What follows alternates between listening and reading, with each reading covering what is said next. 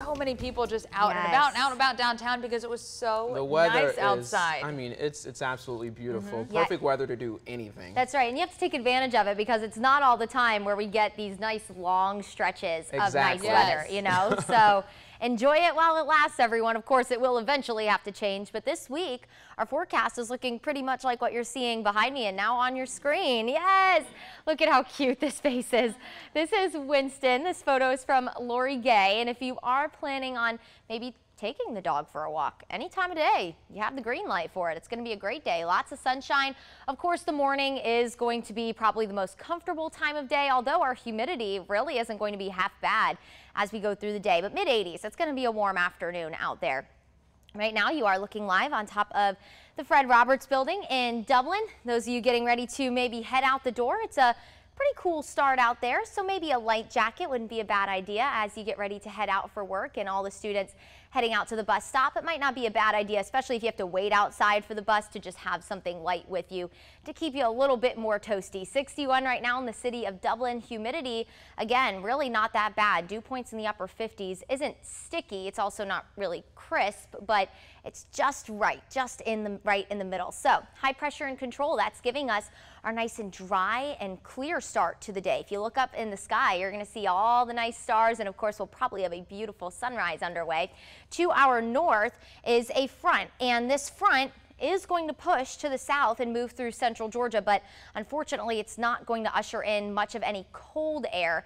We'll have our temperatures go down slightly, but high pressure is also in control in the upper levels, and that is blocking the jet stream from dipping south and pulling with it all that cool air. So this ridge of high pressure in the upper levels is going to stay put. What is that going to do for us? Give us a warming trend. Notice the dip in the jet stream all the way out to the northwest. That's going to spill in some cool air in parts of the northwest like Oregon and out towards Montana and Colorado over near the Rockies. For us, our forecast is going to stay very much the same, dry and warm.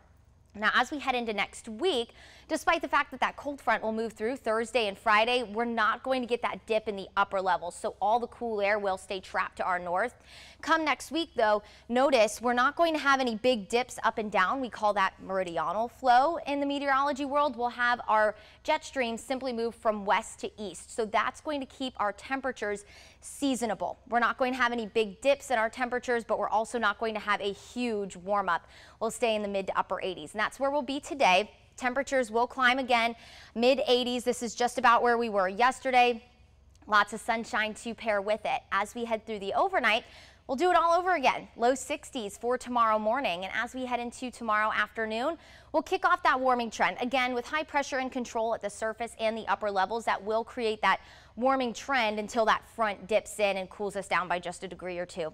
When it comes to the humidity, not going to be half bad. We'll stay in the 60s, so that's not super comfortable and really pleasant, but it's also not very muggy either, and we'll take that as temperatures start to warm. When it comes to the tropics, those are also heating up. We have Hurricane Sam, a major Category 4 hurricane. Thankfully, this will stay off the coast and not be a threat to land. We also have a couple of other disturbances coming off the coast of Africa. Both of these with a 70 to 90% chance of development over the next 2 and 5 days respectively. Not going to be an issue for us either. Looking long range, those look to also stay away from land, but we'll still keep an eye on it. Your 7-day forecast looks like this: warm and dry all the way through this work and school week. And as we kick off October, our next rain chance could maybe come by next Monday.